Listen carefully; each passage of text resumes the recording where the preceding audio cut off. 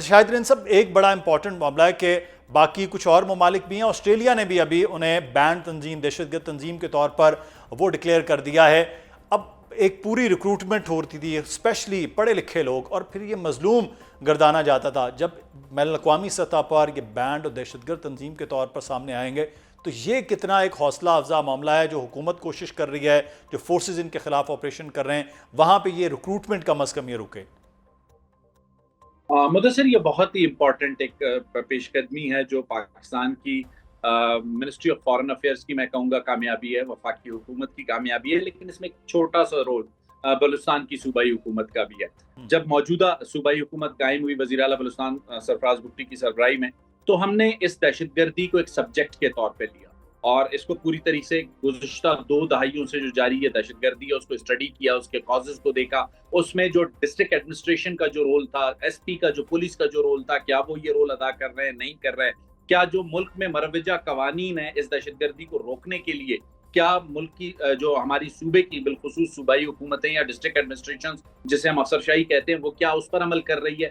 بہت سے loop holes ہمیں نظر آئے. ایک چھوٹی سی مثال آپ کو دیتا ہوں. جب ہم پروونشل ایکشن پلان پر کام کر رہے تھے تو ایک بڑی انٹرسٹنگ چیز سامنے آئی کہ نیشنل ایکشن پلان، مدثر آپ کو بھی پتا ہے کہ ملک میں 73 کا آئین ایک متفقہ ڈاکیومنٹ ہے، 18ویں آئینی ترمیم جس پر تمام اسٹیک ہولڈرز کا اتفاق رائے، اور اس کے بعد ایک پولیٹیکل ڈاکیومنٹ کسی حد تک میثاق جمہوریت ہے. لیکن اگر تیسرا کوئی بڑا لیگل ڈاکیومنٹ ہے جس پر ملک کے تمام اسٹیک ہولڈرز کا اتفاق رائے ہے تو وہ سانحہ اے پی ایس کے بعد نیشنل ایکشن پلان ہے. جب ہم اسے اسٹڈی کر رہے تھے، اور نیشنل ایکشن پلان کو کہا جاتا ہے کہ بہت امپورٹنٹ ڈاکیومنٹ تھا کاؤنٹر ٹیررزم کے لیے، جب ہم نے اس کو اسٹڈی کیا تو اس میں واضح طور پہ یہ لکھا تھا کہ مذہب کے نام پہ دہشت گردی کرنے والا تو دہشت گرد جو ہے گردانا جائے گا، جنہیں ہم فتنۃ الخوارج کہتے ہیں. لیکن اس میں اس بات کی ڈیفینیشن موجود نہیں تھی کہ قومیت کے نام پہ اگر کوئی بندوق اٹھاتا ہے تو وہ کون ہوگا. اور جب اس کو مزید ڈیفینیشن کو ڈھونڈنے کی کوشش کی تو یہ پتا چلا کہ ملک کی قومی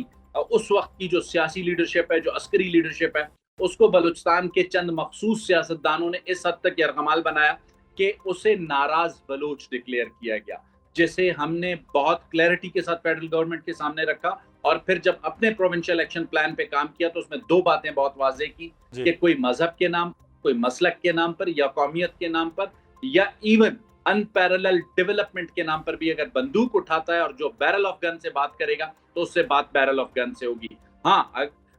یہ جو انپیرلل ڈیولپمنٹ ہے، مدثر آپ بھی اس وقت اسلام آباد میں بیٹھیں، کیا اسلام آباد کے قریب جو چھوٹے چھوٹے گاؤں ہیں کیا ان میں F6 جیسی ڈیولپمنٹ ہے؟ نہیں ہے. یہ ساری چیز ضرور ایک پوائنٹ کی حد تک یہ کمپلیمنٹ کر سکتی ہے انپیرلل ڈیولپمنٹ، لیکن ایک سوال ہے، اگر انپیرلل ڈیولپمنٹ ہی اگر ریزن ہے تو اس وقت جو ہمارے پاس دہشت گردی کی جو صورتحال ہے اس کی جو لہر میں سب سے زیادہ اضافہ ہے وہ تربت میں ہے. تربت اگر میں آپ کو لے کر جاؤں، میڈیکل کالج وہاں موجود ہے، لا کالج وہاں موجود ہے، یونیورسٹی وہاں موجود ہے، تربت ماڈل ٹاؤن وہاں موجود ہے، گرلز کیڈٹ کالج وہاں موجود ہے.